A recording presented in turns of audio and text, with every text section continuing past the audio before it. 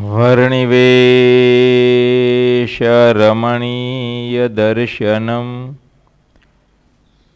મંદહાસ્યરુચિરાનનાંબુજम् પૂજિतं સુરનરોત્તમૈર્મુદા ધર્મનંદનમહમવિચિંતયે.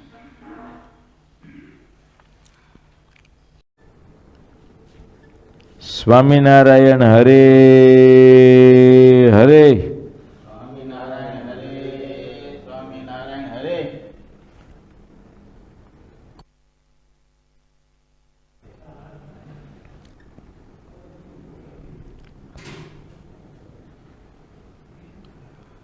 શ્રી હરિચરમૃત સાગર પૂર 11 તરંગ ત્રીજો.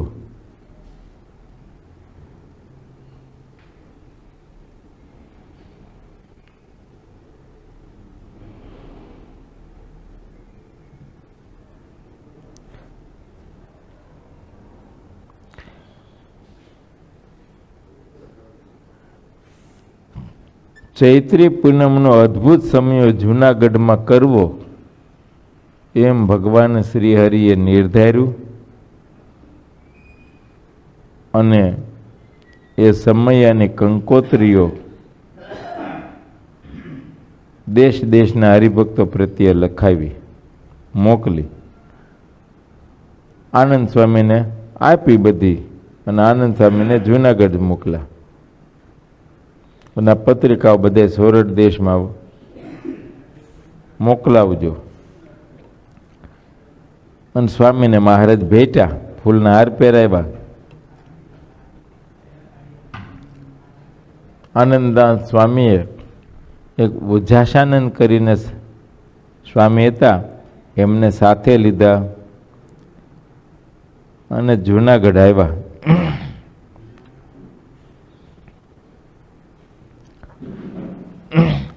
મહારાજે પત્રિકાઓમાં લખ્યું હતું કે જે દેશમાં જે ગામના હરિભક્તો હોય તેમણે સૌએ ચૈતર સુધી પૂનમે જૂનાગઢ આવવું.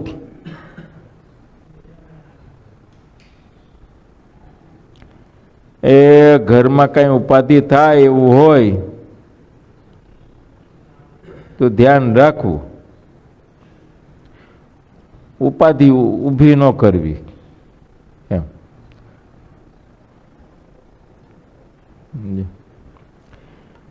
કેમ કે હવે તે દિવસે કુટુંબો મોટા હતા, એ હામટા કુટુંબમાં એકાદને સત્સંગ થયો હોય ને એને આવવું હોય તો બીજા હરકત કરે. એ તરત એમ કે અહીં ખાતરના કામ છે ન્યાય ક્યાં ભાગ્યો, પાળા બાંધવા છે ને ક્યાં હેલો. સમજે? મહારાજ કે એવી બહુ ઉપાધિ થાય એવું હોય તો ધ્યાન રાખવું, ઉપાધિ થાય એવું કરવું નહીં. કેમ કે પછી એને સમયો તો કદાચ કરી આવે, પણ સમયો કરીને આવ્યા પછી એને રહેવામાં હક નહીં. વારે વારે હવ બોલ્યા કરે, કાંઈ કીધા કરે.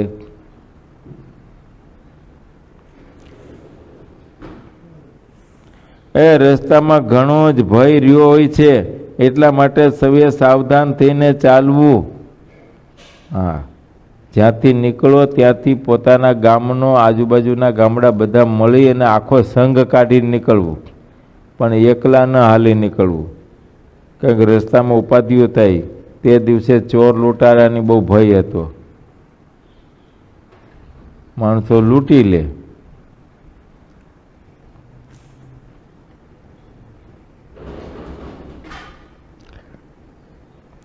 એટલે મહારાજ કહે છે સંઘ સોબત વિના ચાલવું નહીં,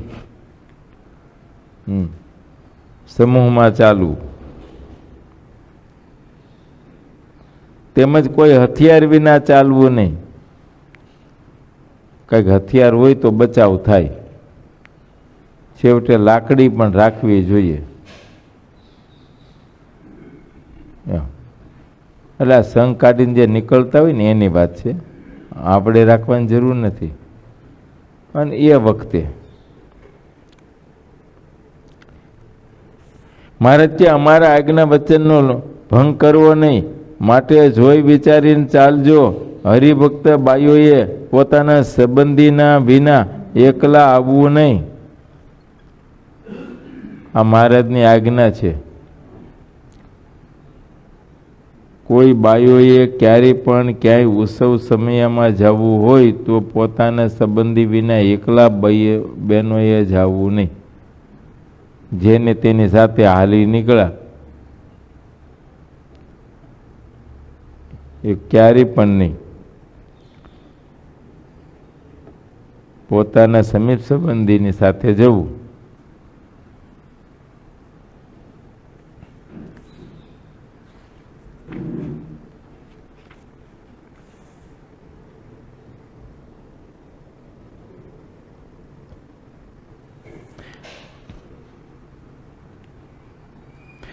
હમણાં ગરીબ ભગતને મને 2 દી પહેલા પ્રસંગોપાત વાત હતી, એમાં એણે કીધું કે ભાઈ હવે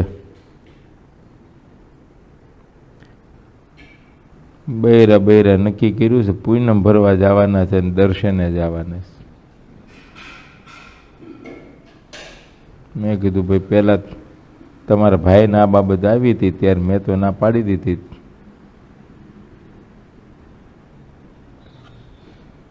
દોઢેક વર્ષ થયું. તે ભગત કે તો મને લાગુ પડે ને. મેં કીધું લાગુ પાડવું હોય તો પડે.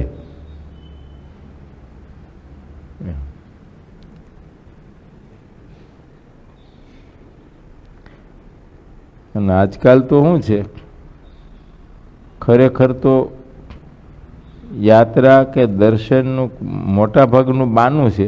એ બાને ઘર મૂકીને બહાર રખડવા જવું છે. અને મનસ્વી રીતે રહેવાય, કોઈ કહેનારો નહીં, કોઈ ટોકનારો નહીં. જેમ મનમાં સંકલ્પ આવે એમ.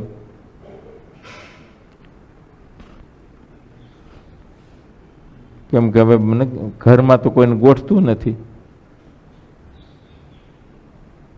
ઘર તો જેલ જેવું લાગવા માંડ્યું.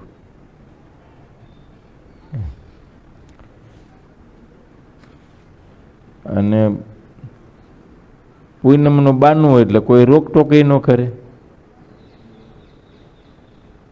તીર્થમાં જાય છે ને, તીર્થમાં ગયા પછી કરે છે શું? દર્શન કેટલી વાર, ભજન કેટલી વાર, આરતી ગીરદી કરવી.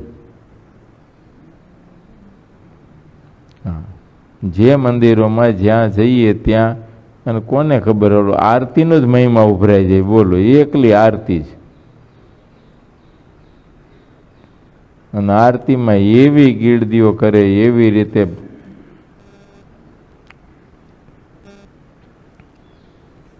એટલે અમુક વખતે તો તમે જો આમાં આરતીમાં ગયા ને આમ થોડું આમ ફરાઈ ગયું વાહો, અને તમને જે ધક્કો મારે ને તો તમે ફરીને આમાં બોલો ઠાકોરજી આમ જોઈ શકો નહીં તો તમે બહાર કાઢી નાખ્યા હોય. અને તોય તમને એમ થાય હાશ માર તો નીકળો. હા, બહાર તો નીકળો એમ થઈ જાય.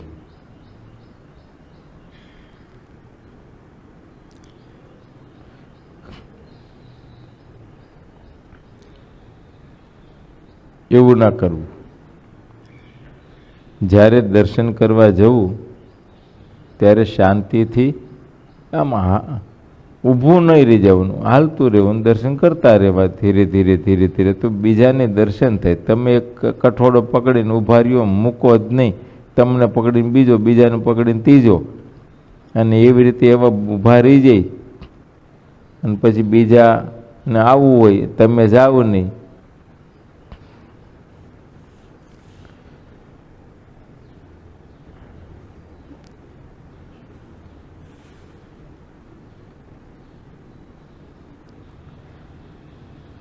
ભાવથી પ્રેમથી ભગવાનના દર્શન કરો ને તો ફળ હરખું જ છે.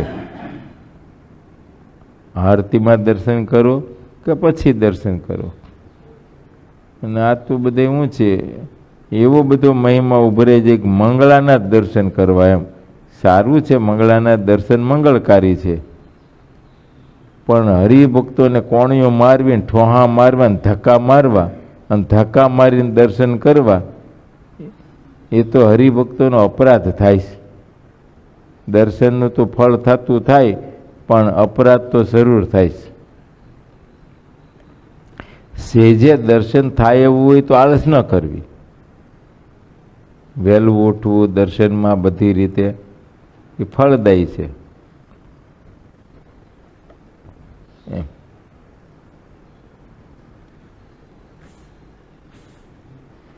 મુખ્ય બાબત તો જે દર્શન કર્યા હોય એ દર્શનની સ્મૃતિ આપને રહેવી જોઈએ.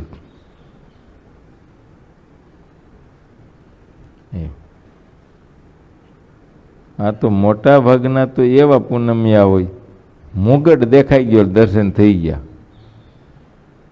બસ. અને કામ પૂજારી આરતી ઉતારતો ને આરતી આમ ઊંચી કરે, સમજ્યા, અને આરતીના દર્શન થઈ ગયા, આરતી દેખાઈ ગઈ એટલે થઈ ગયું બસ, મંગળા થઈ ગઈ. હવે એ મંગળાથી તમારું કાંઈ મંગળ થાય નહીં.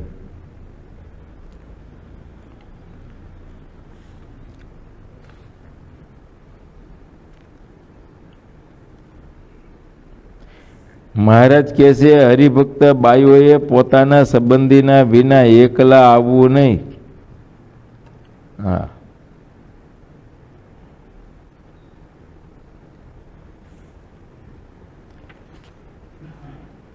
સંબંધી સાથે આવવું.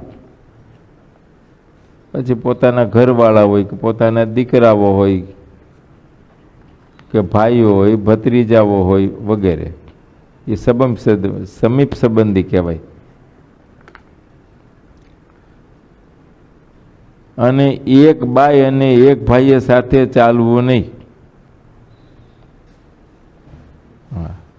એટલે સંઘ સોબત વિના હાલવું ને એમ કીધું ને, એટલે કે ભાઈ એક બાઈ ને એક ભાઈ સંઘ થઈ ગયો ને એકબીજાનો હથવારો. મારે જ ના પાડીશ. પર પુરુષ ને પર સ્ત્રી એવી રીતે હથવારામાં ચાલવું નહીં. હામટા હોય એનો દોષ નહીં, આખા સંઘ હોય તો, પણ સંઘમાં વિવેક રાખવો.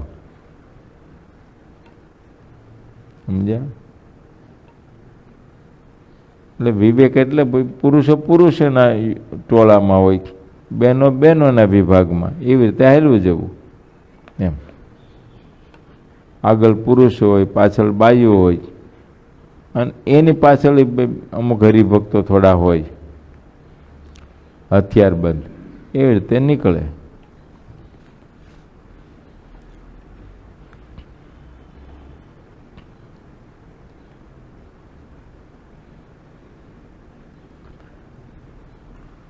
માં, બેન, દીકરી, કાકી, મામી, ભાભી ઇત્યાદિ કોઈ પણ નારીની સાથે એકલા પુરુષે ચોક્કસ રૂપમાં ચાલવું નહીં. એ ના પાડી. પોતાના સમીપ સંબંધી હોય તો પણ એની સાથે એકલા ન ચાલવું. આ જગતમાં અપાર મતપંથ છે, તે બધા ધર્મના વિના ખુવાર થઈ રહ્યા છે. મહારાજ કે આ જગતમાં અનંત મતપંથો છે, અને ધીરે ધીરે કયો એ બધા પંથો નિંદાવા માંડ્યા. તો એ નિંદાવા માંડ્યા એનું કારણ શું?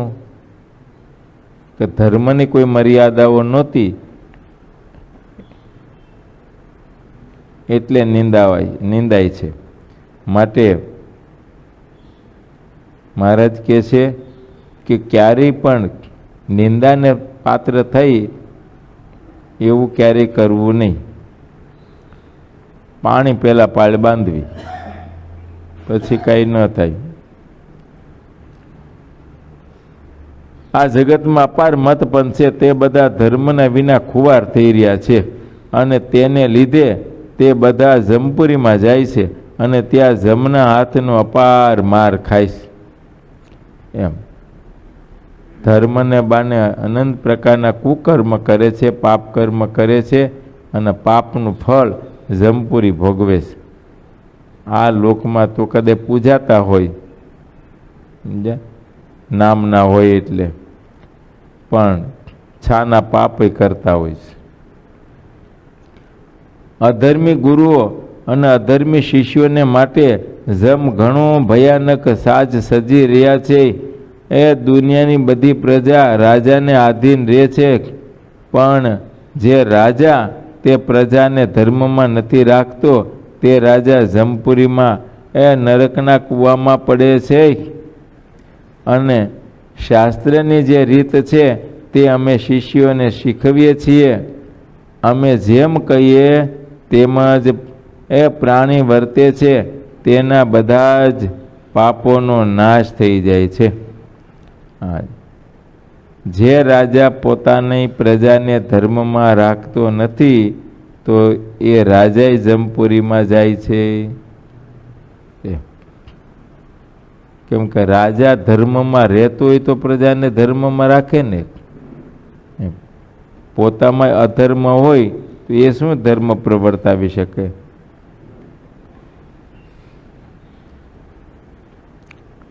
માટે મહારાજ કહે છે કે અમે તો શાસ્ત્રની જે રીત છે એ જ રીતે અમારા શિષ્યોને વર્તાવીએ છીએ, એ રીત શીખવીએ છીએ. અને અમે જેમ કહીએ તેમ જે વર્તે તેના બધા જ પાપોનો નાશ થઈ જાય છે. પાપનો નાશ કરવા માટે તો અમે વારંવાર પત્ર લખીએ છીએ. મહારાજ કે એટલા માટે તો વારે વારે હરિભક્તોને સાવધાન કરીએ છીએ અને વારે વારે દેશાંતરોમાં પત્ર ફેરવીએ છીએ. કંઈક નિયમો કે કંઈક જુદા જુદા પ્રકરણો પણ ફેરવીએ છીએ. અને ઉત્સવ સમયા કરીએ છીએ તો ઉત્સવ સમયમાં પણ વાતો કરીએ છીએ, કથા વાર્તા કરીએ છીએ.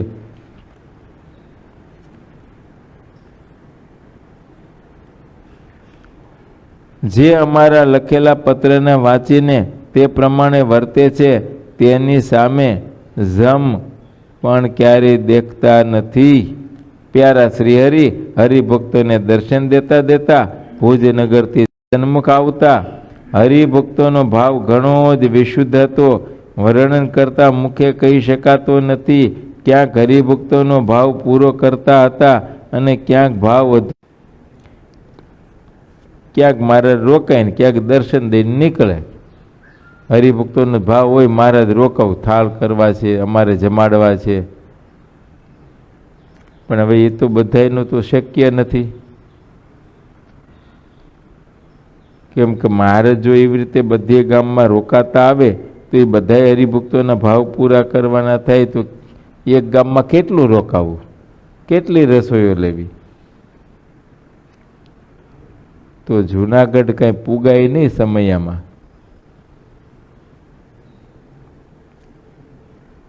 એટલે ક્યારેક કોઈનો ભાવ અધૂરો પણ રહી જાય. પણ છતાંય દર્શન દે મહારાજ એમાં જ ભાવ પૂરો કરી લેવો જોઈએ, આનંદ માનવો જોઈએ.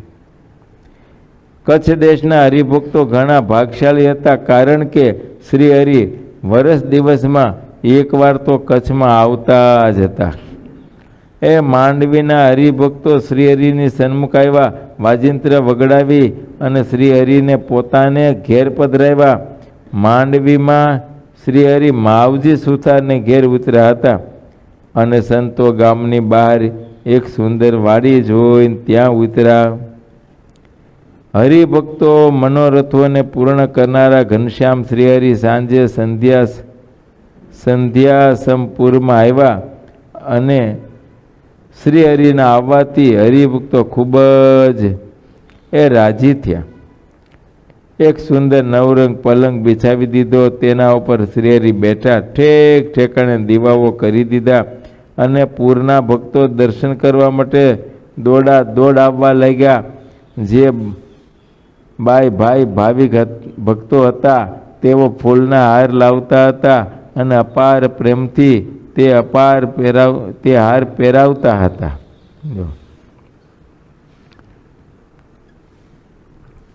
જે ભાવિક હતા એ તો ફૂલના હારી લાવતા, અને પ્રેમથી શ્રીહરિને પહેરાવતા, એ ફૂલના બાજુબંધ તોરાવો પણ અપાર લાવતા, એ બધી ભક્ત સ્ત્રીઓ મેવા અને મીઠાઈઓ લાવી હતી.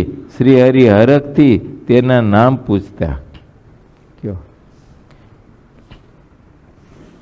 એ ભાવ ને પ્રેમ હોય તો થાય, અને ભાવ પ્રેમ હોય ને તરત એના વર્તનમાં આચરણમાં દેખાય આવે.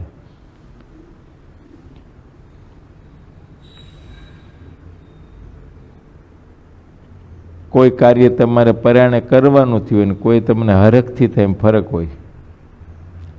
સમજ્યા?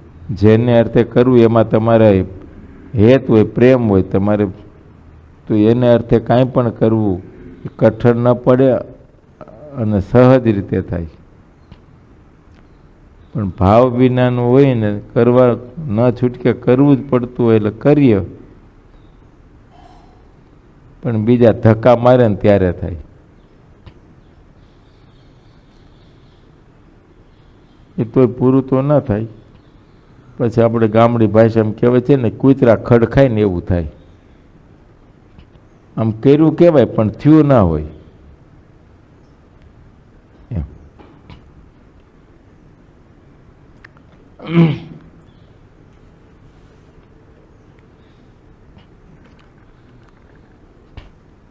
અને હરખથી થાય ને એ તો આમ દેખાય.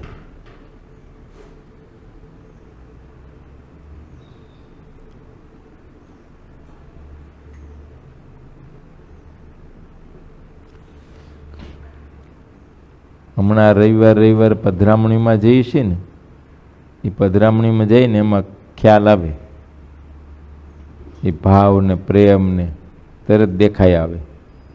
એ પૂજાની સામગ્રી આ તે વ્યવસ્થાઓ આ બધી હોય ને એમાં ખબર પડે. એમ છે. અને બીજે તો હવે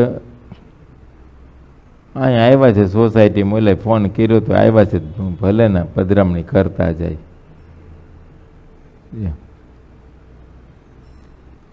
અને ઓલાને તો અગાઉથી હરખ હોય, ઠાકોરજી પધારે છે, એમ સંતો પધારે છે, એ વાત આખી જુદી છે. એ પ્રેમ હોય, દેખાય આવે તરત.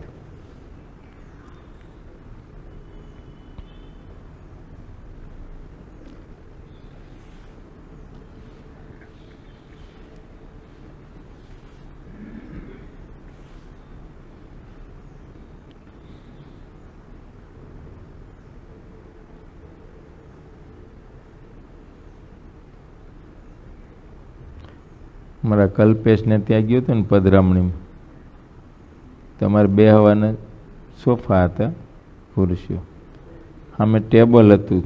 ઠાકોરજીને એના ઉપર પધરાવ તો હરખું થઈ જાય એવું લાગ્યું એને. એના ઉપર બીજું ટેબલ મૂક્યું ને એના ઉપર ઠાકોરજીને પધરાવાને ને પાછું વ્યવસ્થિત રીતે ગોઠવી દીધું.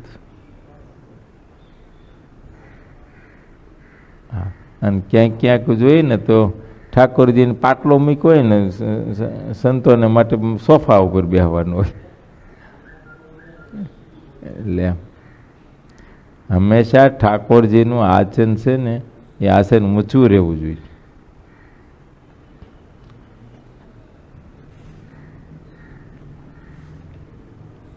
આમ તો હવે તમે શરમાવ નહીં એટલે પછી અમે ચલાવી લઈએ, બાકી તો અમે ગુરુ શિષ્ય હોય ને એમાં હોતી તમારે વિવેક રાખવો જોઈએ કે શિષ્ય કરતાં ગુરુનું આસન ઊંચું હોવું જોઈએ.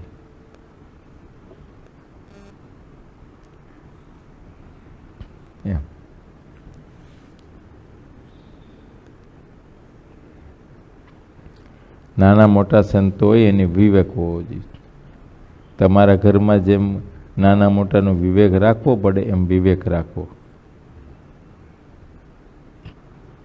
તમારા ઘરમાં વડીલો હોય, હંમેશા એ વડીલો ઊંચે આસને બેઠા હોય તો નાના એ વિવેકથી નીચે બેસવું.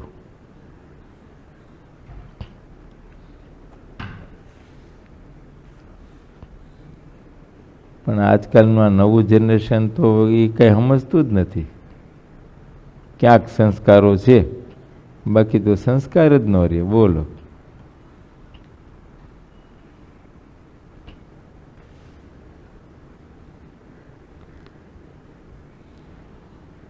મોટી ઉંમરના હોય, દાદાઓ હોય, બોલો એના માટે ઊભા થઈને જગ્યાએ ન આપે. બોલો એ સોફા ઉપર બેઠો હોય ને એમ નહીં, એમાંય દાદે કે એટલે ઊભો તો થાય, બે હવા જ દે. ઉલટાને ખીજાય આમો, મને ઉઠાડીને બેવાના ઘણી જગ્યા છે, બેહો ને હેઠા લો. હે ફેનિલ એમ.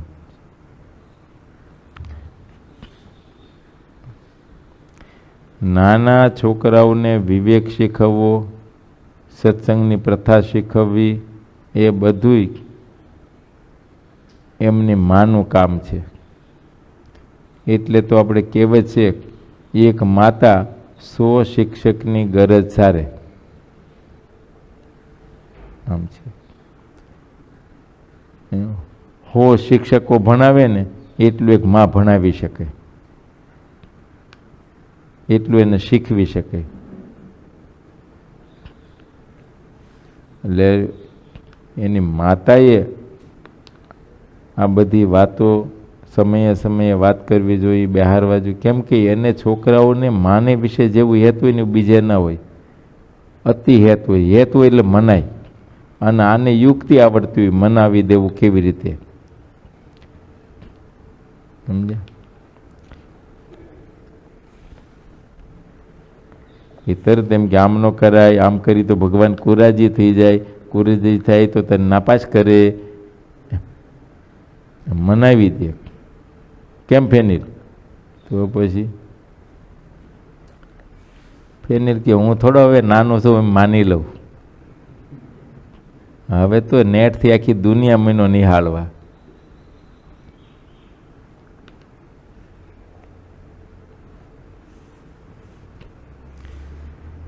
ભાવ અને પ્રેમ દેખાય. ગયા રવિવારે અમે પેલું જ ઘર, પેલું નહીં પણ આમ પેલું ઓલી લેવાનું, પછી આ બાજુ આવ્યા હતા. મેઘશ્યામભાઈ ભોગેન ઘરે ગયા. આપણે એમ થાય કે મા દીકરી કેટલા વાગે રાતના જાગ્યા હશે, તો ભગવાન માટે જે થાળ કર્યો હતો. અમારું નિલેશ હારે હતું, એને ગણતરી કરી, મને કે ગુરુજી 35 આઈટમ છે,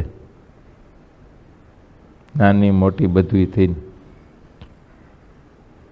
એવી આમ ગોઠવણી બહુ સરસ કરી હતી, વ્યવસ્થા. આમ જેમ તેમ મૂકી દીધું એમય નહીં, બુદ્ધિથી. આ વાત ભાવની છે, પ્રેમની છે.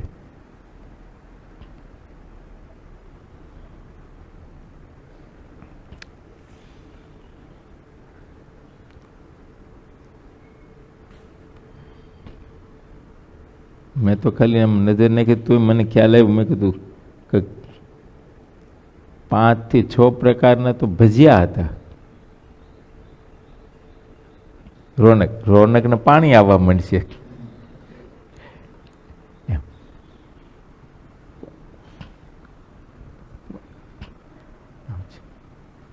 એટલે આપણે વાત પ્રેમની છે, ભાવ. કેમ કે ભાવ વિના શરીરની કસણી કોઈ કશે નહીં. કાંઈ પણ કરવું એમાં શરીરને ભાઈ કસણી તો આવે.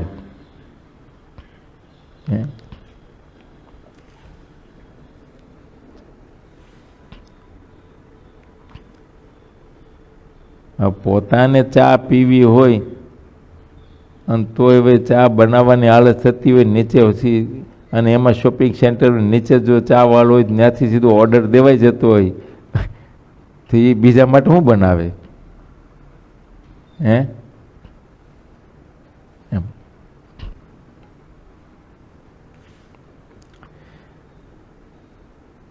એટલે ભાવ અને પ્રેમ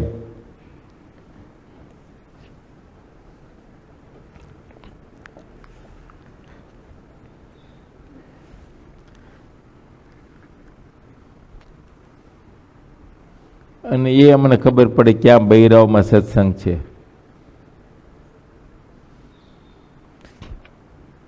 સમજ્યા? જે ઘેરે બહેનોમાં સત્સંગ હોય ને ભાવ હોય એની આખી રીત જુદી હોય. સમજ્યા?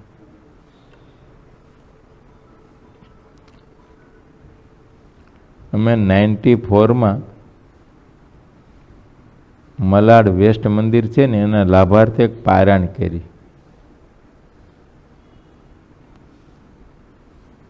પછી પારાયણ કર્યા પછીથી પારાયણની પૂર્ણાહુતિ થઈ પછી બધા હરિભક્તો અને ઓલો શું છે ચાલુ પારાયણમાં ક્યાંય જવાય નહીં, રસો બેસો એને કંઈ મેળ ન પડે, દોડા દોડી. એટલે પછી કમિટમેન્ટ કરેલું હતું હરિભક્તોની રસોઈ લેવાનું, એટલે પછી રોકાવાનું થયું. 10-12 દિવસ અમે રોકાયા અને જુદે જુદે ઘેરે રસોઈ કરવા જવાનું હતું. એ રસોઈ કરો પછી હરિભગત નાનો હોય મોટો હોય, ભલે 40માં રહેતા હતા અમુક હરિભક્તો, પણ જ્યાં રસોઈ કરવા જઈને એ વખતે પણ આપણને ખબર પડે કે આ ઘરમાં બૈરાઓનો સત્સંગ હારો છે. બોલો, એ રસોઈ કરવા જઈએ અમને કોઈ આપદા જ ન હોય એમ. અમે જઈને સીધું પોતું મારીને રસોઈ કરવા માંડી જઈને. અને અમુક ઘેરે તો તમારે જુઓ ને, અરે પણ એ પ્લેટફોર્મ ઉપર જે ગ્લાસ મારીએ અને આમ કહીએ ને તો તમારે મિસ્ત્રી રંધો મારે જો સોલ કાઢે ને એમ સોલ નીકળ્યો, કીલ જામી ગયો હોય. બોલો.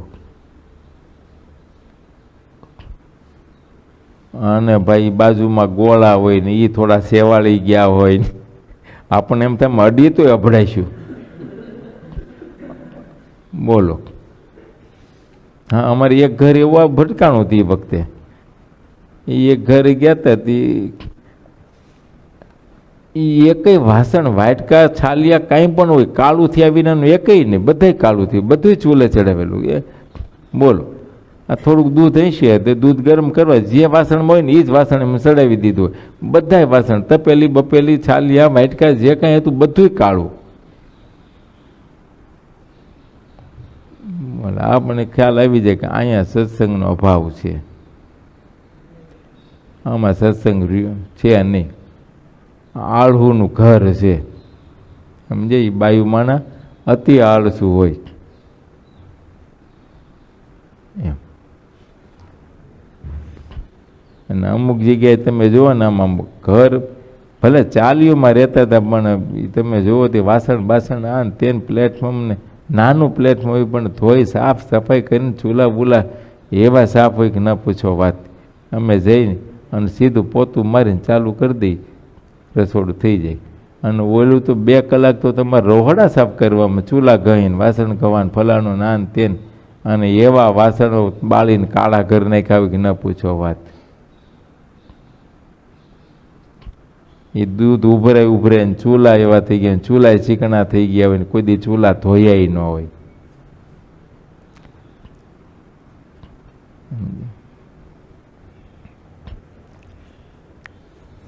એટલે સત્સંગ કેટલો છે ને ખબર પડે, ભાવ કેવો છે.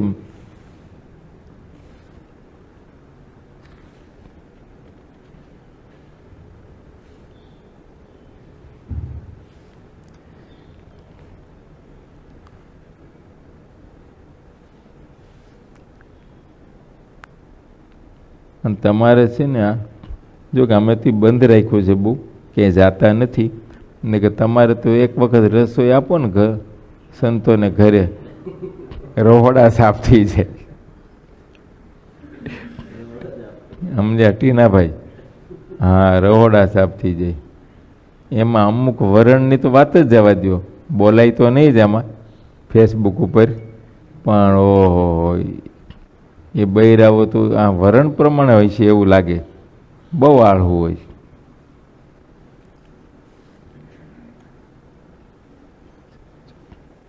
અને છતાં એ બધા ભાઈ ના સ્વામી ચોખ્ખું છે ચોખ્ખું છે ચોખ્ખું છે બધું, એને બધું ચોખ્ખું જ હોય. બોલો,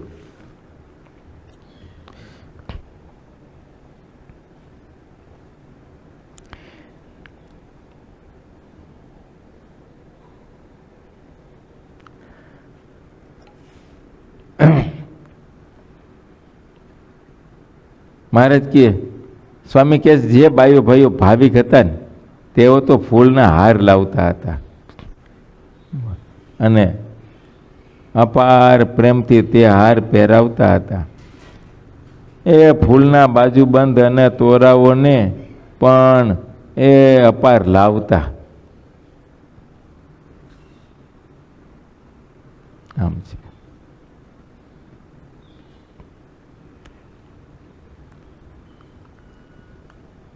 પધરામણી ગયો ત્યારે કોણ હતા મારે રે? આ પાર્થ હતો એક, બીજા કોણ હતા આમાંથી? ફેનિલ તો હોય જ, એ તો મારો સારથી છે.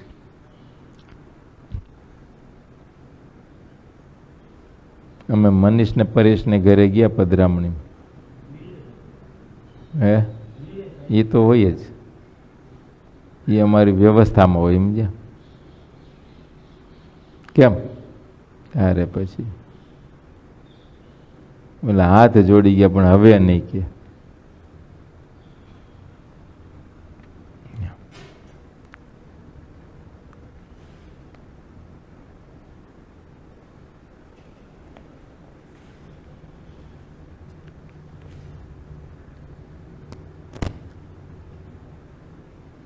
ખાલી ઠાકોરજી નહીં, હરિભક્તો માટે એટલું કર્યું હતું તૈયાર.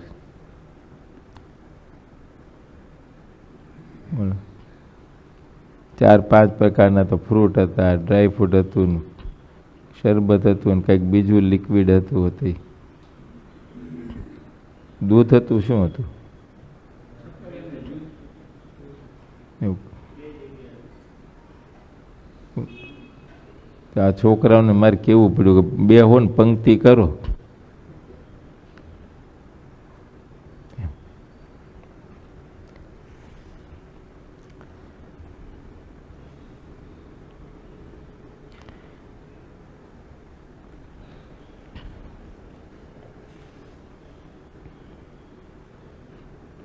અમારે પરેશનું ઘર તો બિચારા થોડું હાંકડું છે, પણ છતાંય ઠાકોરજીની બેઠક ને સંતોની બેઠક ને બધું ગોઠવી દીધું. હાંકડું જ ન પડે એમ. બેડ પલંગ હતો ને એવો ઉપયોગમાં લઈ લીધો વ્યવસ્થિત રીતે, એના પર બાજુ ઢાળી દીધો એમ. જ્યાં ઠાકોરજી પણ બેસે ને સંતોય બેસે.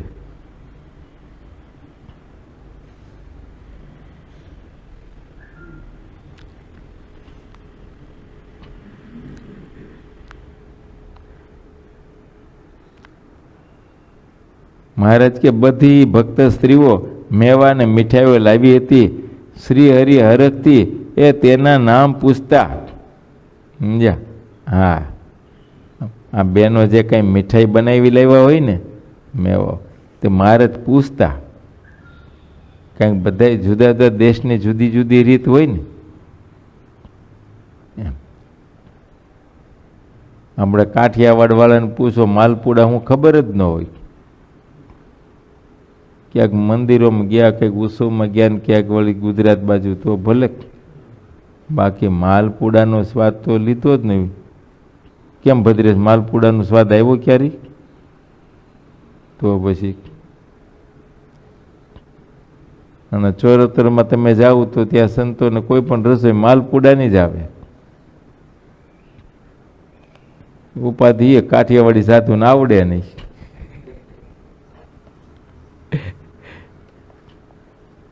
એમ માલપુડાની જ રસોઈ હોય. ત્યાંની રીત ભાતી અને આપણી રીત ભાત પરંપરા જૂની બધી લાડુ. ગામડામાં તો તેથી ચૂરમાન લાડુનો રિવાજ હતો.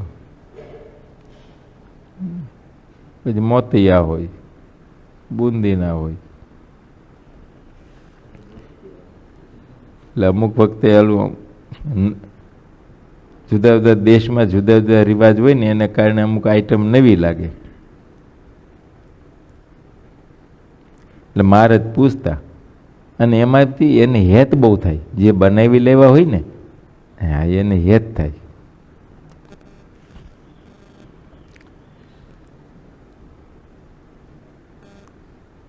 પછી આરતીને નારાયણ ધૂન કરી પૂરજનો પૂરજનોને ત્યાં અતિશય આનંદ આપ્યો. માંડવીના બધા હરિભક્તોએ મળી અને સાકરનો કંસાર કરાવ્યો હતો.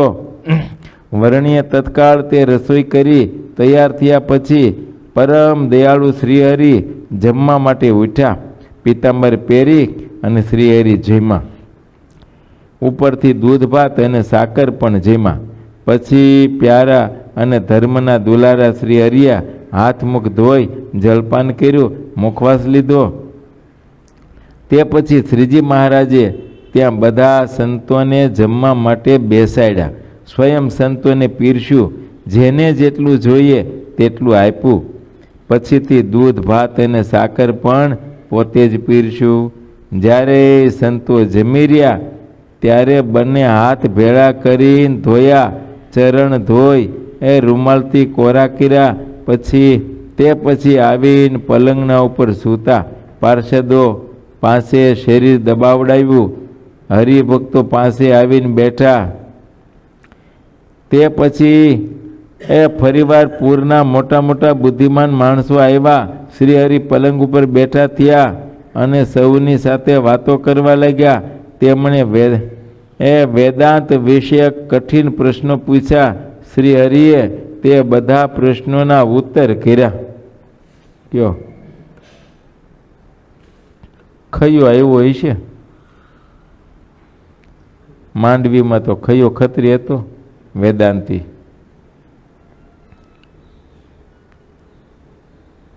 મહારાજે એના દરેક પ્રશ્નોના ઉત્તર કર્યા. ત્યારે તે સૌએ તે પ્રત્યુત્તરોને માથે ચડાવ્યા, અર્થાત સ્વીકારી લીધા, માન્યું એને. પછી શ્રીહરિએ તેમને વેદાંતના ગૂઢ રહસ્યોનો એક પ્રશ્ન પૂછ્યો. તે સાંભળતાની સાથે તેમની બુદ્ધિ શૂન્ય થઈ ગઈ. તેમને ઉત્તર આપવાની દિશા જ સૂજી નહીં. પછી બે હાથ જોડી અને શ્રીહરિને તેમણે કહ્યું, આપ યોગેશ્વર છો, પરમેશ્વર છો, આપની બુદ્ધિ નિરાવરણ છે. અમે તો વિષયાસક્ત ગ્રસ્ત કહેવાઈએ. બ્રહ્મની વાતો તો અમે ખાલી મોઢેથી કરી છીએ, બસ મોઢે કરી રાખીએ છીએ ને વાતો કરીએ જ. સમજ્યા? નિયમ જ જાજુ છે. તે બધી વાતો તો એક રમૂજ કરવાની છે. હા, શાસ્ત્રોમાંથી કંઈક વાંચી સાંભળી અને કંઠસ્થ કરી રાખ્યું હોય એટલે વારે વારે કહેવા થાય ને ગાવા થાય. પણ એ પ્રમાણે વર્તનમાં નહીં, ભરતવું નહીં, તો એ પણ એક રમૂજ જ છે. વિષય માણસને તો બ્રહ્મની દિશા પણ સૂજી નહીં.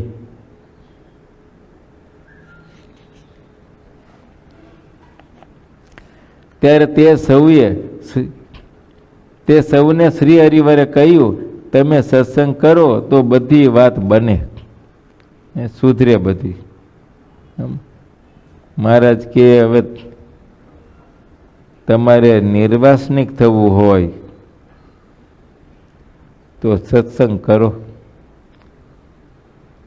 કહેતા તમે આશ્રિત થાવ, આ સત્સંગને સ્વીકારો તો તમારો જન્મારો સુધરે, નેતર તો અંતે જમપુરી આવશે. સમજ્યા? વાતો બ્રહ્મની કરો છો પણ બ્રહ્મને બાને વિષય તો અધિક ભોગવતા જાવ છો.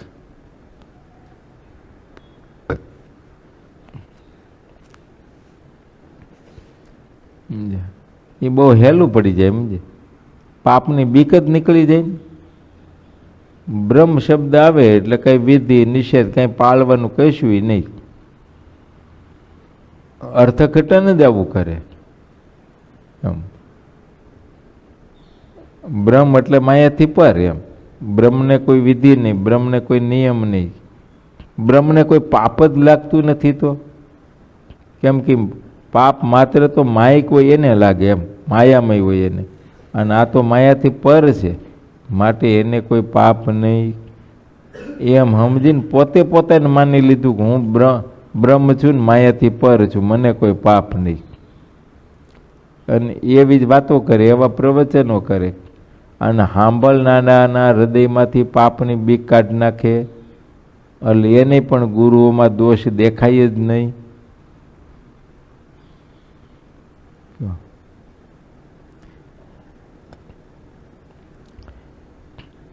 મહારાજ કે જો તમારે સુધારવો હોય જન્મારો તો સત્સંગ કરો, તો બધી વાત બને.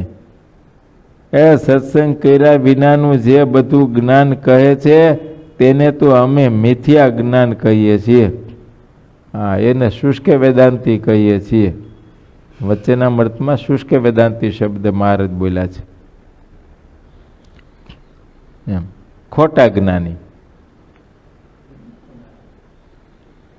આગળના સમયમાં જે ગ્રસ્તો અને ત્યાગીઓ થઈ ગયા છે તે બધા બ્રહ્મ સ્થિતિને પામેલા હતા. તે સૌનું મૂળ સત્સંગ છે. મહારાજ કે પૂર્વે જે ત્યાગી કે ગ્રહી પણ જેની નિરાવરણ સ્થિતિ થઈ ગઈ, બ્રહ્મ સ્થિતિ થઈ ગઈ, અને બ્રહ્મ સ્થિતિને જે પામ્યા હતા એનું કારણ સત્સંગ. બસ, સત્સંગ વિના ન થાય. સત્સંગ રૂપી મૂળ વિના અમૂલ્ય જ્ઞાન ક્યાંથી પ્રાપ્ત થાય? અને અમુક તો પંથ જ એવા કે એમાં કઈ કથા વાર્તા સત્સંગ કે શાસ્ત્રો કઈ આવતું જ નથી. આમને અંધ પરંપરા જ હાલી આવે. બસ,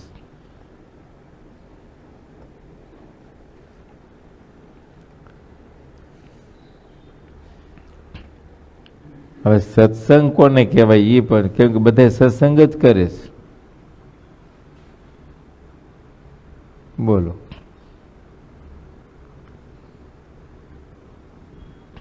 આ પૂછો અમારે વાલજી હતા ને બોલો. આ તો આપણે ત્યાં બેઠા બેઠા સત્સંગ કરીએ ને, કયો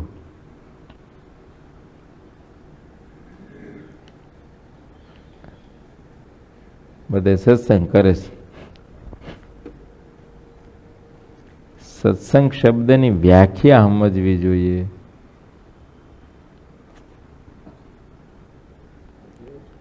જય સ્વામી.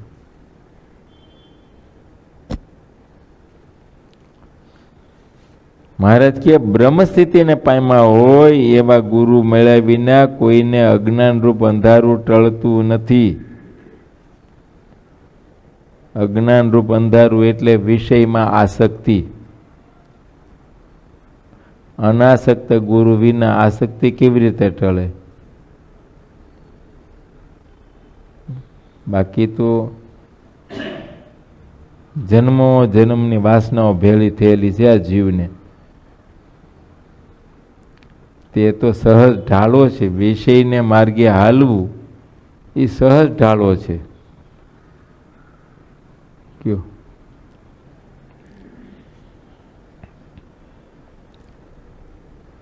અજ્ઞાન. કારણ કે એમાં કોઈ કાળે સુખ નથી છતાંય સુખ મનાઈ ગયું છે ને એ અજ્ઞાન છે.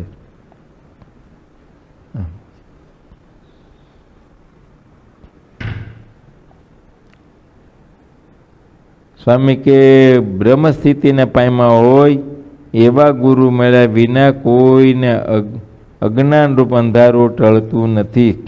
હા, જેને જગત ખોટું થઈ ગયું હોય એ બીજાનું ખોટું કરે.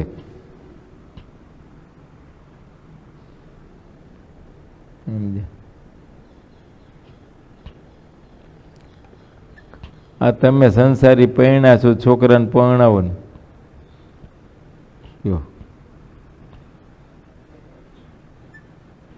હવે આમ જ સંકલ્પ કરતા હોય ને, પૂછી જોઈએ પડે રાજુભાઈને, કેમ ભાઈ છોકરાને પરણાવો છે ને? જો બાપુને પૂછ જોઈ, એ ન પરણાવી તો પરણી જાય ને, બીજું શું હોય? કે આપણે જ પરણાવવા પડે એવું થોડું છે. જીવમાં પડ્યું છે એ અનંત જન્મની વાસનાઓ છે. સમજ્યા? શબ્દની, સ્પર્શની, રૂપની, રસની, ગંધની, અનંત પ્રકારની આ બધી, અને એ એક એક વિષયમાં હજારો પ્રકારની વાસનાઓ. આનું કંઈ પાર આવે એમ નથી.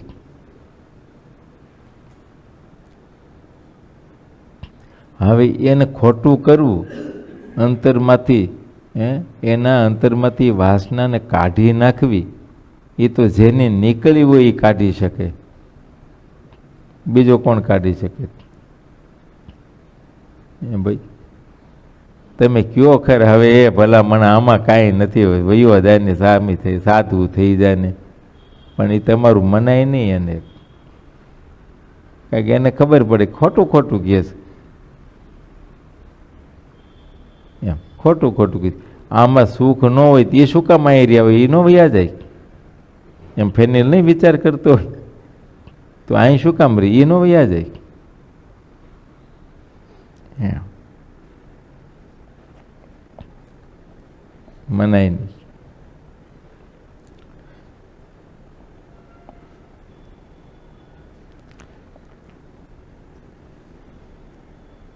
કોઈ જીવના હૃદયમાંથી તીખી વાસના અને એનો નાશ થઈ જાય અને એ જીવ વાસના રીતે હળવો ફૂલ જેવો થઈ જાય, એ કઈ ઝીણી વાત છે? એ કઈ નાની વાત છે? તમે વિચારો તો ખરા.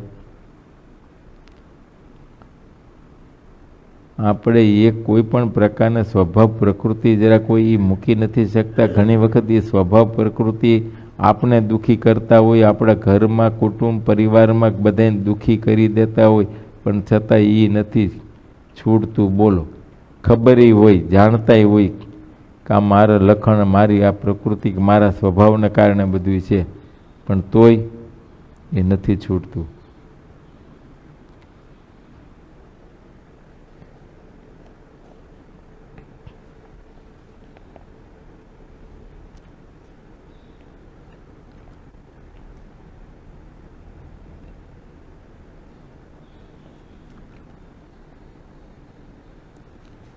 જ્યાં સુધી પરમ વિવેક જ્ઞાન થતું નથી ત્યાં સુધી તેઓ ગોળ અને ખોળને એક જ સમજે છે. બસ મહારાજ કે જ્યાં સુધી પરમ વિવેક જ્ઞાન થતું નથી, સત્ય અને અસત્ય બે જ બાબત છે, સાચું અને ખોટું. આપણે લોકમાં સાચું ખોટું માનીએ છીએ, આ શાસ્ત્રની દ્રષ્ટિએ એક જ બાબત છે, એક પરમાત્મા સત્ય છે, એમને પામનારો આત્મા એક સત્ય છે. આત્મા અને પરમાત્મા આ બે તત્વ સત્ય છે. એ વિનાનું આ જે કંઈ આપણને અનુભવી રહ્યા છીએ, જોઈ રહ્યા છીએ, સ્પર્શી રહ્યા છીએ, દેખીએ છીએ, સાંભળી રહ્યા, બધું અસત્ય છે, નાશવંત છે. આમ છે રોનક, તારે વાળ ગમે એટલા રાખવા રાખ, પણ કાંઈ નક્કી નહીં, 5 વર્ષમાં ટાયલી થઈ જાય. કુદરતી ખરવા માંડે ખરી જાય.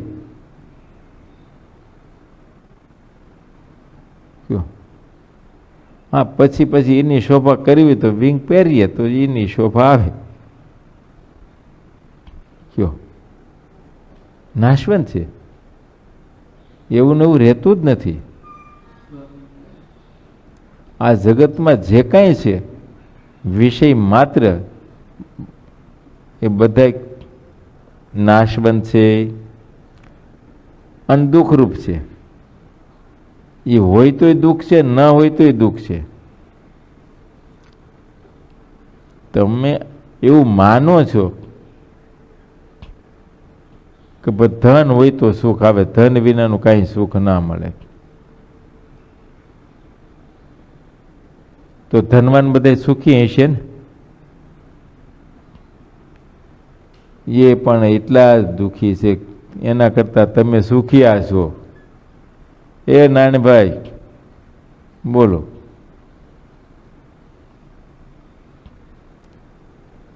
ધનવાનો તો એટલા બધા દુઃખી છે કે ન પૂછો વાત. ધનની પીડાઓ છે.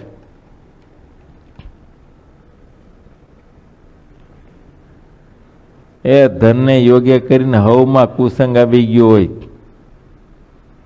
ઘરમાં જેટલા હોય ને બધાય કુસંગી હોય, બધાય ફેલી ફતુરી હોય, બધાયમાં લખણ આવી ગયા હોય કંઈક પ્રકારના. હવે એમાં સુખ શું રહે?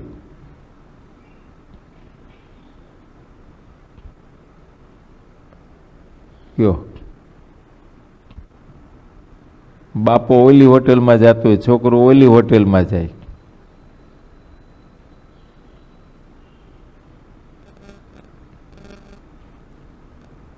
એમ છે. હવની હોટેલો જુદી. હે? હા, ક્યારેક ભેગા થઈ છે. આમ છે. એમાં સુખ શું આવે?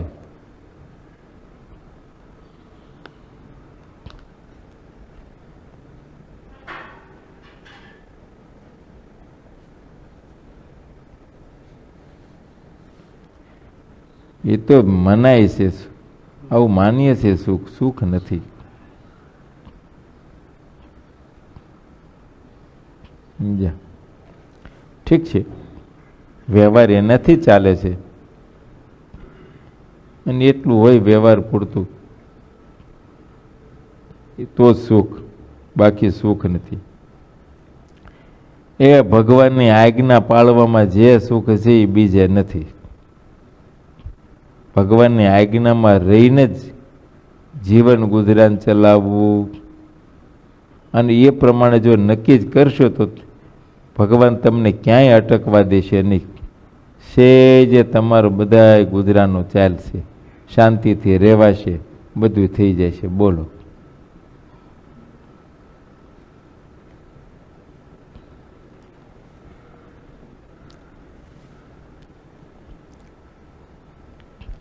માટે મુખ્ય બાબત તો એક વિવેક શીખવો જોઈએ. સમજ્યા? અને વિવેક એને જ કહેવાય સત્ય અને અસત્ય. અને જ્યારે અસત્ય મનાઈ ગયું ત્યારે એના અર્થે વધારે શું કામ દાખલો કરો? એનું કારણ શું? શા માટે? આમની જન્મારો કાઢ નાખવાનું? મોક્ષના દ્વાર રૂપ આવો આ મનુષ્યનો દેહ ભગવાન આપ્યો આ ભરતખંડમાં, એમાંય સત્સંગમાં અને સારા યોગમાં આપ્યો છે. તો હવે છેલ્લી જિંદગી કરી લઈએ ને. અને ભગવાનને આપણે સુખી કર્યા છે, એમાં કઈ રોટલામાં વાંધો આવે એવું નથી.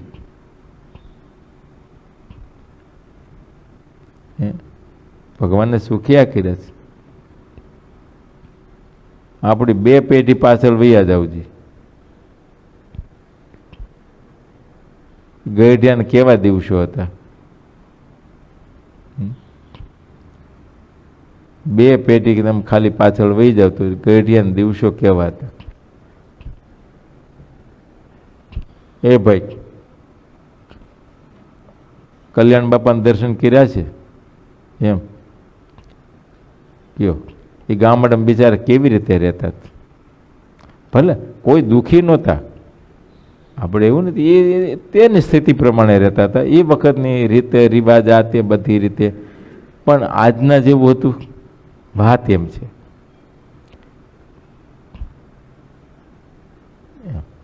એ તે દીની રીતના મકાનો હતા, તે દીની રીતની ખેતીવાડી હતી, તે દીની તો કામ ધંધો કે યંત્ર કે જે કાંઈ હતી મહેનતી. પણ મૂળ તો બળ જ કરવાનું હતું કે બીજું કાંઈ?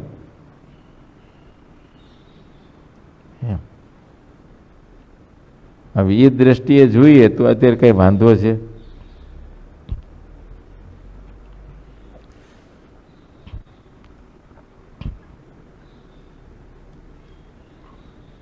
આ કોરોનાને 1 વર્ષ થઈ ગયું, લોકડાઉન આ તે બધી રીતે. અમુક વખતે થોડું હળવું પછી થયું, પણ આવું 1 વર્ષ થઈ ગયું. 1 વર્ષમાં કોના ઘરમાં તાણ પડી ગયો? તો આ રોવે છે બધા ખોટા ખોટા. એ તો ટેવ પડી છે આપણે રોવાની. સમજે? મનુષ્યોને સહજ સ્વાભાવિક રીતે રોવાની ટેવ પડી છે. કાંઈ પણ બાબત હોય એટલે રોવે. સમજ્યા? હમણાંથી બધા રોતા ડીઝલ પેટ્રોલના ભાવ બહુ વધી ગયા, બહુ મોંઘવારી વધી ગઈ, બહુ મોંઘવારી વધી ગઈ. હવે પેટ્રોલ એટલું મોંઘું થયું, ડીઝલ એટલું મોંઘું થયું છે, બરાબર છે, કે જે કારણોસર હોય. ગાડીઓને લેવાલી ઘટી, ગાડીઓ તો હવે લે છે, તો જેને અવશ્ય પ્રયોજન એ જ લેશે. હરવા ફરવા વાળા લે અમથી અમથી શોખને ખાતર, કાંઈ પ્રયોજન નથી એનું. એને ધંધાકીય કે આવવા જવાની કે નોકરી ધંધા માટે અવશ્ય એની જરૂર જ હોય, એવા તો ગયણા ગાંઠ્યા છે.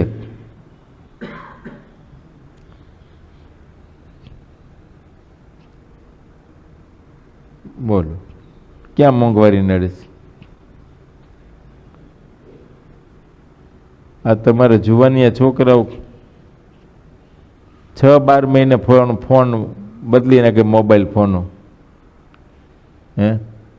50-60 હજારના મોબાઈલો. ક્યાં મોંઘવારી નડે છે? વાતું કરી છે, રોવે છે બધાય, બહુ મોંઘું થઈ ગયું. પણ એમાં કંઈ ખર્ચામાં કોઈ કાપ મૂકતું હોય, હળવું કરતા હોય એવું કંઈ દેખાતું નથી. ઉલટાના ખર્ચાના સોસ વધારતા જાય છે. બોલો, છોકરાના બર્થડે ઉજવવા હોય તો હોટેલો બુક કરે છે, પોતાની એનિવર્સરી ઉજવવી હોય તો એની હોટેલો બુક કરે છે. તો એ બધી ઘરમાં આવક વધી છે તો તમે ખર્ચા કરતા છો ને, આવક વિના ખર્ચા કેવી રીતે થાય? છતાંય સ્વાભાવિક રીતે રોવાને ટેવ પડી, સમજ્યા?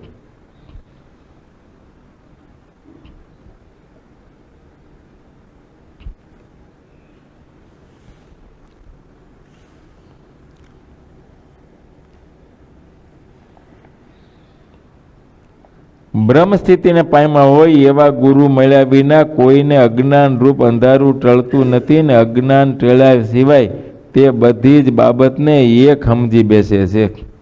સમજ્યા? હા, જ્ઞાન નથી એટલે બધું એક પાડમાં દેખાય. સાધુ ને અસાધુ એક પાડમાં દેખાય, હરિભગત બિન હરિભગત બધું એક પાડમાં દેખાય. હા, ભગવાનના સંબંધ વાળું કે ભગવાનના સંબંધ વિનાનું બધું એક વાળું. એટલે મૂર્ખ માણસ હોય ને એને કેમ એકાદશીને દિવસે ઉપવાસ કરવો, કમથા ભૂખ્યા રહી ગયા, બધું હરખું દેખાય. કયો ગંગાજળ ને અમથું બીજું પાણી બધું હરખું દેખાય. તુલસીનું ઝાડ ને બીજા ઝાડવા બધું હરખું દેખાય. ગાય કે બીજા પશુઓ બધું હરખું દેખાય. હવે એને શું ભાઈ? હવે એ તો બધું હરખું કરવા જાય તે પછી તો બીજી બાઈઓ કે મા બેન દીકરી બધું હરખું દેખાય. એનો કોઈ વિવેક જ નથી. તો ગોળ ખોળને એક જ માને છે, એક જ સમજે છે. એ ગોળને ગોળ તરીકે સમજવો હોય તો તેને મૂળથી જાણવો જોઈએ. એમ ખરેખર ગોળને ગોળ તરીકે સ્વામી કે ઓળખવો જ હોય તો એને મૂળમાંથી જવું જોઈએ. કે ભાઈ શેરડી હોય, શેરડી પેલાય એનો રસ થાય, રસને પછી કડામાં નાખીને તાવો પડે ત્યાર પછી એમાંથી ગોળ બને. સમજ્યા? તો પછી આમ છે. જો અમારે ભદ્રેશને ચીચોડો દેખાડ્યો તો એક વખત, તું હતો નહીં રે આમ ગોળ લેવા, ગયા વર્ષે જ હતો કે એના આગલા વર્ષે, કે ગોળ કેમ બને. ઠેઠ ઉપર જઈને બધું. હવે તો આધુનિક પદ્ધતિઓ આવી ગઈ ને, હવે દેશી નથી.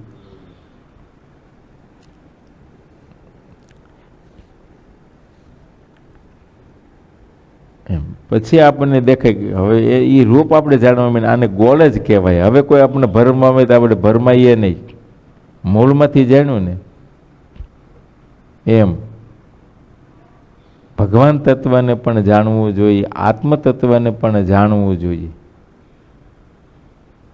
અને એનું જો દ્રઢ જ્ઞાન થઈ જાય એક વખત, સમજ્યા, પછી ગમે તેવી કોઈ આપણા સમજ્યા હા ભ્રમણા કરાવે ને તો આપણે ભ્રમી ના જઈએ ને તો બધું ગોળ ખોળ બધું એક જ.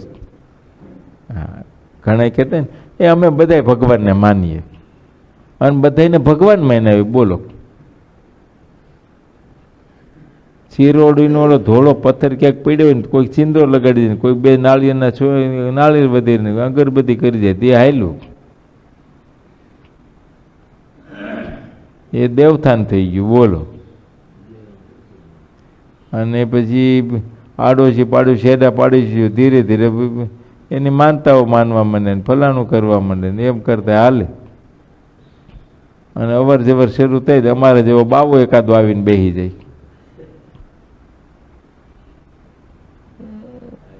એટલે બોલો એટલે એમ ન હોય.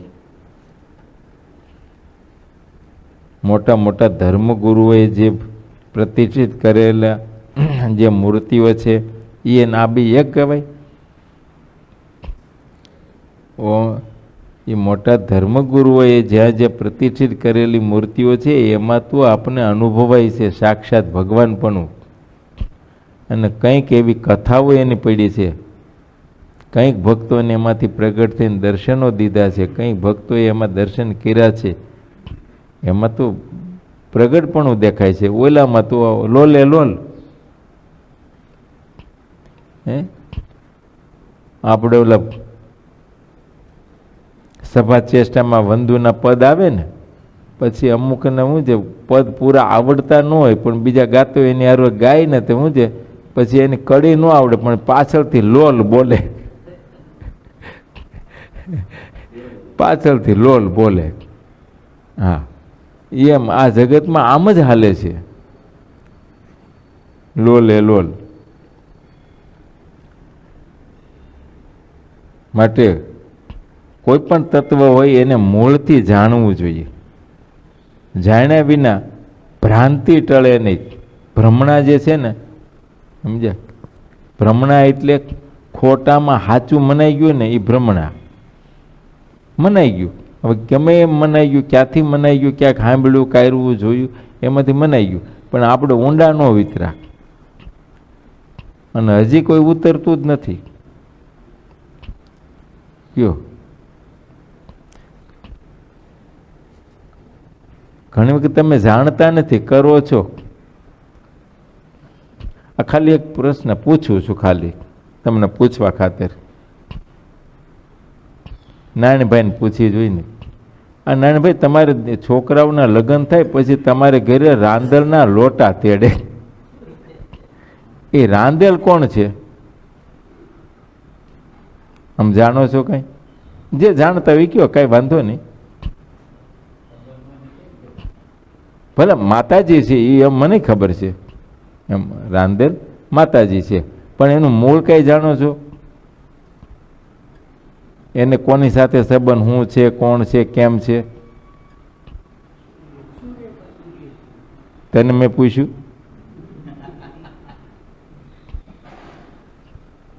આ મારે તો બધા મને આ સિનિયર સિટીઝન છે ને બધાને પૂછવું હતું તમારે ઘરમાં બધું આ કરો છો તમે જાણો છો? તો તમે જાણતા જ નથી તો પછી એમને કરો છો તો એનું ફળ શું? કોઈ પણ કાર્ય કાંઈ પણ આપણે કરતા હોય મહિમાએ સહિત થાય ને ભાવથી મહિમાએ સહિત એનું ફળ છે. આ તો દેખાદેખીથી એને કર્યું આપણે કરવું, ઓલાય કર્યું આપણે કરવું તો એનું ફળ શું? એમ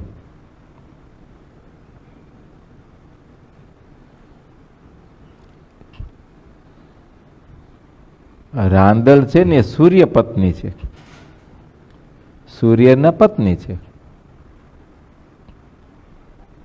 પણ આને પતિવ્રતા કેમ કહેવાય? હે ભાઈ, સૂર્યને મૂકીને પોતે એકલા પૂજાય. કઈ અણ બનાવ બની ગયો છે, નોખા થઈ જાય છે, છૂટાછેડા લીધા છે.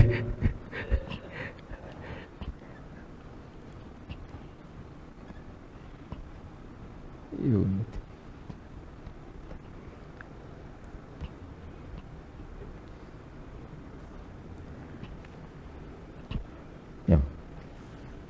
રામ ને સીતા ભેળા હોય, લક્ષ્મી ને નારાયણ બી સાથે હોય, શિવ ને પાર્વતી એ પણ ભેળા જ હોય. કેમ કે એ બધે પતિવ્રતા, લક્ષ્મીજી છે, સીતાજી છે, રાધાજી છે કે પાર્વતી છે, ગાયત્રીજી, આ બધી પતિવ્રતાઓ છે. આ બધી આપણે માન્ય છે. આપણા હિન્દુ ધર્મમાં આ બધી દેવીઓ માન્ય છે અને પૂજનીય છે. અને આપણે સ્વામિનારાયણ સંપ્રદાયમાં પણ આ બધી દેવીઓને માનીએ છીએ, પૂજીએ છીએ, એના ઉત્સવો તહેવારો ઉજવીએ છીએ, બધું થાય છે. સમજ્યા? એક સાત્વિક દેવીઓ છે, એ માન્ય છે, પૂજનીય છે. કયો અને સ્વામિનારાયણ ભગવાન એને જ પૂજવાની આજ્ઞા કરી. બાકી તો આપણે કઈ બહુ ઊંડું ઉતરવાની જરૂર નથી. બાકી તો પરગણા વાઈ જંબુનું કંઈક તમને જોવા મળે. પાર વિનાની માનતાઓ જુદા જુદા પરગણામાં જુદી જુદી રીતે હાલતી હોય છે.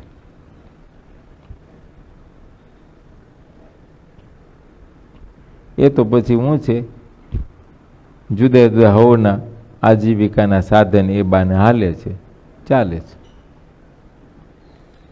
બાકી કશું નથી. સારું, હાલો તમને છૂટા કરી દઉં. સ્થૂળ સૂક્ષ્મના કારણે એ ત્રણ દેહ અને આ બ્રહ્માંડ જ્યાં સુધી સાચા મનાય છે અને તેના બધા ભોગોમાં જ્યાં સુધી સત્યતાની બુદ્ધિ કરે છે ત્યાં સુધી તેને જીવ કહેવો. આ જીવની વ્યાખ્યા. ફેનિલ કેમ થાય છે?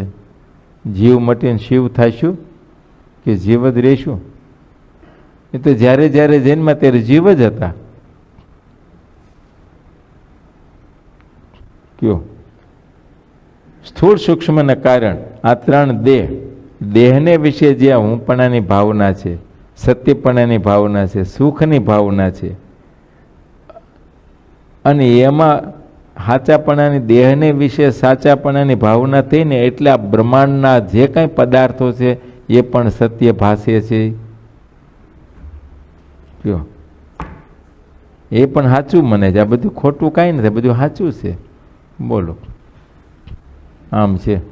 તૈયારી રાખજે ભાઈ, અમારે ફેનિયલે શોરૂમ કરવો છે મોટો, એકાદો બાંધી રાખજે.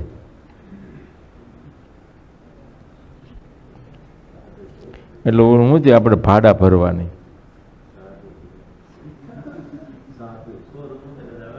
સમજ્યા?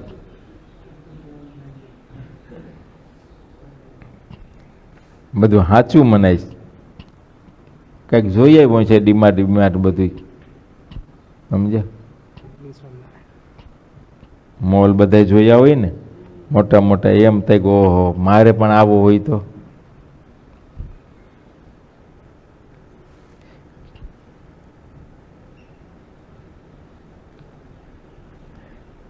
તેના બધા ભોગોમાં જ્યાં સુધી સત્યતાની બુદ્ધિ છે એમાં બધું સાચું મનાય છે. સાચું એટલે સુખદાયક મનાય છે. સુખ નથી, પણ એમાં ઇન્દ્રિયોના રાગની તૃપ્તિ થાય છે ને એટલે સુખ મનાય છે. મૂળ તો ઇન્દ્રિયોના રાગ એટલે વાસના, એની તૃપ્તિ થાય છે એટલે આપણે એમાં સુખ મનાય છે, બીજું કશું નથી. અને બધાને જુદું જુદું. એકને છે ભરેલા રીંગણાનું શાક આવે ને જોવે એટલે એમ તે મોજ પડી ગઈ, અને બીજાને મોટું બગડે. એમ એને ભીંડાનું ભરેલું શાક હોય તો મોજ પડી જાય, એને એમાં સુખ મને, ઓલાને સુખ મને. ઓલાને આ શીકણું લાખ જેવું ભાવે જ નહીં. આને તો કે આ તો હવે ગરમ લાઈ જેવું છે.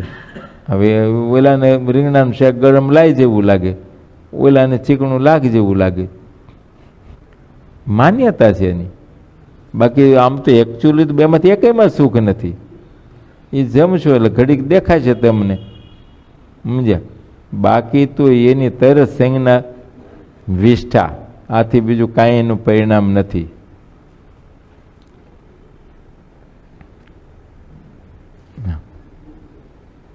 જ્યાં સુધી તેને જીવ, હા, જ્યાં સુધી એમાં સુખની ભાવના છે ત્યાં સુધી જીવ છે, અને જ્યાં સુધી જીવ, સમજ્યા, હા, જીવની ભાવનાથી રહેશે ત્યાં સુધી એને માથે જન્મ મરણ છે. હા, બ્રહ્મ કહેવા માત્રથી બ્રહ્મ થવાતું નથી. જીવ તે જીવ જ રહે. પછી એને કદાચ ઉપમા બ્રહ્મને દઈ દઈ તો કઈ બ્રહ્મ થઈ જવાય એમ. ઉપમા કોઈને દેવાથી શું થઈ જવાય? તમારે ગામ પેલા તમે છે ને, તમારે કામકાજ શરૂ કરે ને, આમ ડાયમંડમાં તમે આવ્યા ને પછી કામકાજ કરતા કરતા તમને એમ થયું આપણે એક ઘંટી મૂકીએ. બે ભાઈ હતા ને, બે એકાદો મામાનો છોકરો ને ફલાણો ને માસીનો છોકરો ને, ચાર તો આપણે ઘરના છે જ. એટલે મૂકી ઘંટી, એ ઘંટી મૂકી એટલે તમે પછી ભીખાભાઈ શેઠ કહેવાના. કેમ ગોરધનભાઈ? હા,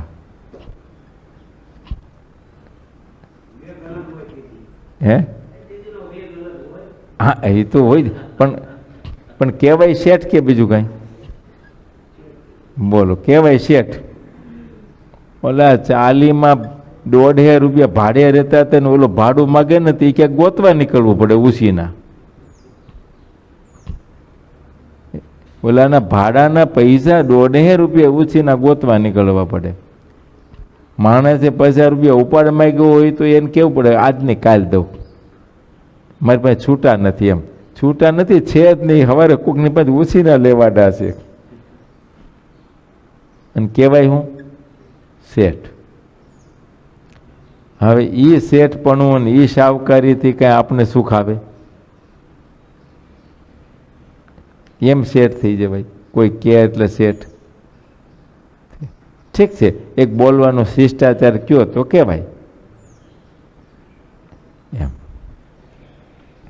બાકી શેઠ શબ્દ આવે એટલે તમને આમ તરત આમ દેખાવા માંડે. શેઠ એટલે બહુ મોટું માણસ હોય, બંગલા, ગાડીઓ, નોકર ચાકરો, જાહો જલાલીન, એમ સહજ છે, એને શેઠ કહેવાય. એમ કોઈનું ઉપમા દેવામાં આવે મહાપુરુષને, મોટા પુરુષને, સત્પુરુષને, એમ બ્રહ્મ સ્વરૂપને, બ્રહ્મ સ્થિતિવાળા, એમ કંઈ કહી દેવાથી થોડું એ સુખ આવવા મને બ્રહ્મનું કે મોટાઈનું, ઐશ્વર્યનું?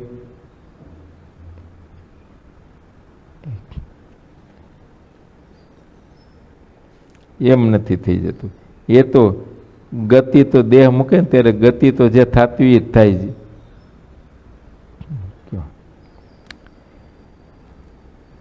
બ્રહ્મ કહેવા માત્રથી બ્રહ્મ થવાતું નથી. પહેલા તો પરબ્રહ્મ એવા શ્રી કૃષ્ણ ભગવાનના સ્વરૂપનું પાકું જ્ઞાન થવું જોઈએ. તે પછી તે શ્રી કૃષ્ણના દાસ થઈને પિંડ અને બ્રહ્માંડથી પર જ્યારે વર્તવા લાગે ત્યારે તે ઉત્તમ બ્રહ્મ સ્થિતિને પામે છે.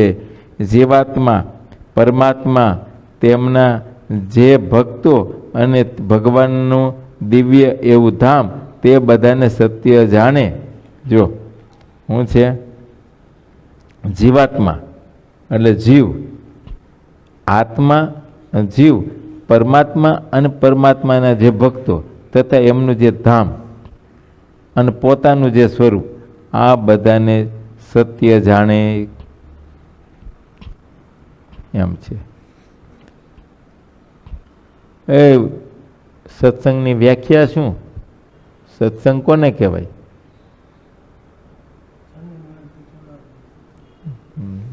એ કઈ વ્યાખ્યા થોડી છે, સાંભળેલી છે, પણ એ હમણાં થોડું ટેન્શનમાં છે, સમજ્યા? હવે લેપટોપ આવે ને તો ધંધે વળગું એમ.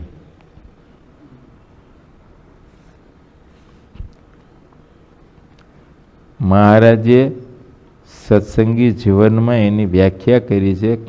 સત્ય એવો જે પોતાનો આત્મા, એનો સંગ કરવો. આપણે દેહનો સંગ કરીએ છીએ, ઇન્દ્રિયોનો સંગ કરીએ છીએ, અંતઃકરણનો, મનનો સંગ કરીએ છીએ. આત્માનો ક્યાં કરીએ છીએ? જીવનો ક્યાં કરીએ છીએ? એ આત્માનો સંગ કરવો. આત્માને પોતાનું સ્વરૂપ માનવું. સમજ્યા પાર્થ? આ ખરક પટેલનો દેહ ને પાર્થ નામ ને ભૂત સરનેમ એ હું નહીં. હા, આ લોકમાં ઓળખવા માટે બરાબર છે એક સંજ્ઞા લૌકિક રીતે, પણ મનાવવું જોઈએ એ હું નથી. એ તો આ દેહને ઓળખવા માટેની સંજ્ઞા છે. એ સંજ્ઞા આત્માની નથી, એની ઓળખ નથી. એ તો આ દેહની ઓળખ છે. આ જે ફેસ છે ને આ ફેસને ઓળખવા માટે છે. પાર્થ નામ છે ને એ આ ફેસ જે છે ને એનું નામ છે. માહી રહેલો જે આત્મા ચેતન તત્વ એનું નામ એ ક્યાં છે? એ તો આનું નામ. તો આ કેટલી વાર રહેશે? એને તો અવધિ છે. આ દેહની તો અવધિ છે. 25 વર્ષ, 50 વર્ષ, 60 વર્ષ, 70 વર્ષ, 80 વર્ષ, 100 વર્ષ. એટલે આપણે હવા હો ગણો હાલો, એની તો અવધિ છે. પછી નાશ પામશે. પછી નામ રહેશે નહીં, નિશાન રહેશે નહીં, કોઈ ઓળખશે નહીં. સમજ્યા? માટે સત્ય એવો જે પોતાનો આત્મા એનો સંગ કરવો મનન દ્વારા.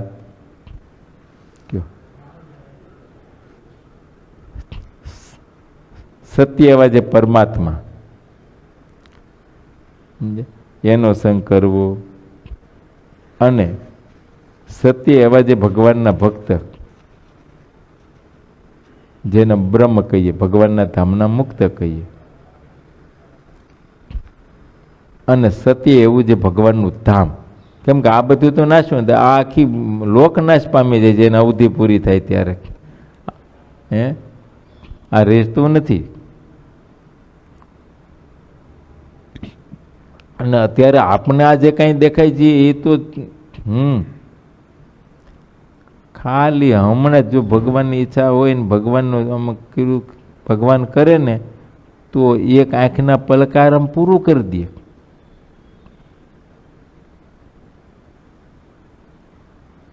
ખાલી જરીક આમ કંપારી આવે ને, વાઇબ્રેશન થોડુંક, ગણતરીની સેકન્ડોમાં, મિનિટો નહીં, ગણતરીની સેકન્ડોમાં પૂરું થઈ જાય. કયો? અને કાં તો સુનામી. મુંબઈને બોલવું જ વાર કેટલી?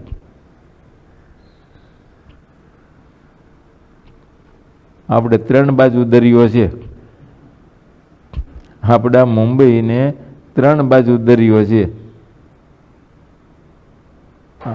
ભાગવાની બારી એક જ બાજુ છે, બાકી ક્યાંય છે જ નહીં. ને આમથી લઈને ઠેઠ ઉદામ વાસીથી માંડી અને અહીં સુધી સીધો દરિયો આવ્યો. આ એટલો જ ભાગ છે આપણે. સમજ્યા? આ પૂર્વ ને ઉત્તર બેયની વચ્ચેનો જે ભાગ રહ્યો ને એટલો જ ભાગવાનો વારો છે, બાકી ક્યાંય જવાય એમ નથી. સુનામી આવે તો વાર લાગે.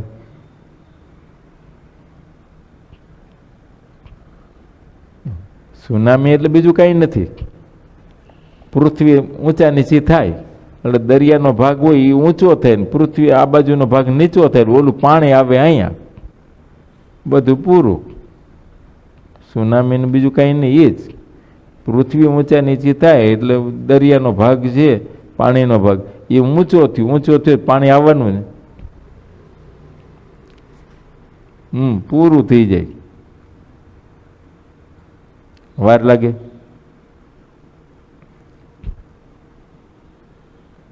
અર્થક્વેકમાં વાર લાગે. ભૂકંપ ધ્રુજાવી દે. લાવારસ નીકળે તો વાર લાગે. ધક ધક તો એકદમ ઓલું ગરમ લોઢાને આપણે ગરમ કરીને પછી નથી આવું લાળ કરી નાખતા, એવો આમાંથી લાવારસ નીકળે. સમજે? પાણીના પૂરની જેમ હાલે. બોલો વાર શું લાગે? બધું બાળીને ખાક કરી દે તમારી, કાંઈ ન રહીએ. નાશવંત છે. કેટલી વખત નાશ પામ્યું સર્જન થયું તો આપણે એમ છે કે હમણાં કેટલી વખત કંઈક બ્રહ્માંડો નાશ પામ્યા ને કંઈક બ્રહ્માંડો સર્જાઈ ગયા, હજી નાશ પામે છે ને સર્જાય છે.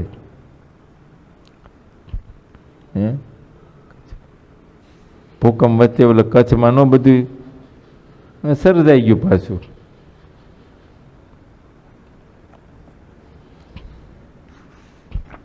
એટલે આ બધું તો દેખાય છે એટલે આપણને સારું લાગે છે, જગતમાં એ બધું છે. બાકી અંતે બધું ખોટું, સત્ય તો એક પરમાત્મા છે.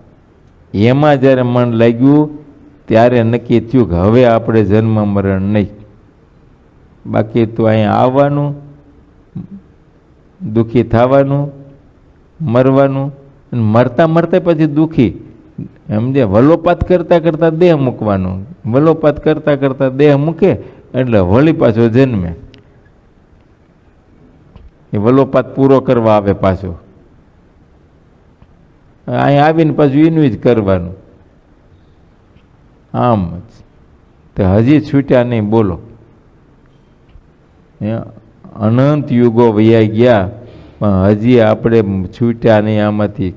તો જન્મ કેટલા લીધા છે, અને જ્યારે જ્યારે જન્મ લીધા ત્યારે દુઃખી એટલા જ થયા છે. પણ આ તો ભગવાને અજ્ઞાને કરીને આગલા જન્મનું જ્ઞાન નથી થવા દીધું એટલે શાંતિથી રહીએ છીએ. બાકી રહી શકાય એમ નથી જૂનું સાંભળે તો.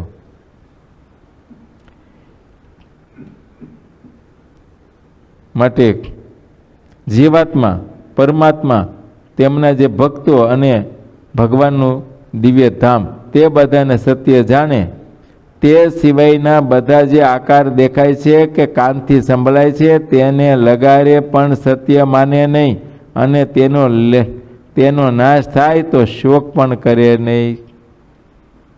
પણ ક્યારે ખરેખર અંતરથી જ્ઞાને કંઈ ખોટું થયું હોય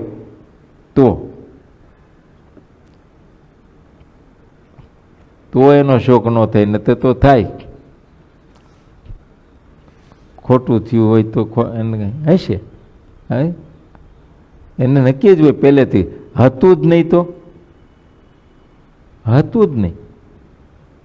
અને ઓલાને તો સીધું ગયો શ્વાસ. પછી શું થયું? કે શું થયું? હા, હાર્ટ એટેક, હુમલો આવ્યો, હુમલો. એ જડાઈ ગયો તો એમાં. આ કોરોનામાં ઘણા વયા ગયા. કોરોના રોગથી નથી ગયા, આમ જ વયા ગયા. સમજો, એને સમાચાર મળે પોઝિટિવ એટલે એમ થયું આ બધાનું શું થાય? આ ચિત્રી મૂક્યું આવડું મોટું લાંબુ પોળું, ધંધા બિઝનેસ બીજું ત્રીજું લીધું દીધું, આનું શું? એમાં વયા ગયા જાજા. તો સમજે, ભે ફાટી ગઈ. અને આ જે સમજૂન જ્ઞાની ભક્ત છે ને એને તો કંઈ થતું જ નથી. એ આપણને એમ લાગે એવું થોડું હોય, પણ ઊંડા ઉતરીએ ને તો આવા કંઈક એવા ભક્તો છે કે એને થડકોય ન થાય. એને મળે તો એ પ્રાપ્તિનો આનંદય નથી, અને જાય તો એનો શોકય નથી. તે એમને નરસિંહ મહેતાથી બોલાણું છે, ભલું થયું ને ભાંગી જંજાળ. વાતો કરીએ છીએ, બાકી હમણાં કોઈને થોડાક માઠા સમાચાર આવે તો કેમ થાય? આપણે એમ બોલીએ જે થયું તે ઠીક, છૂટા થયા, ઉપાધિ ગઈ.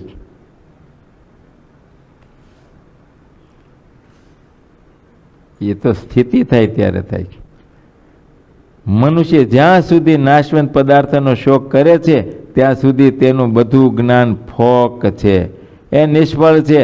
ભલે ને તે વિવિધ પ્રકારે કહેતા હોય. હા, પછી ગુરુ થઈને બેઠા હોય, ધર્મગુરુ થઈને બેઠા હોય તો શું? જગત આખું એને ભગવાન માનતું હોય તો શું? પણ જો એને આ લૌકિક રીતે હાણવૃદ્ધિનો એને હર્ષોક થતો હોય એનું જ્ઞાન કંઈ કામનું નહીં.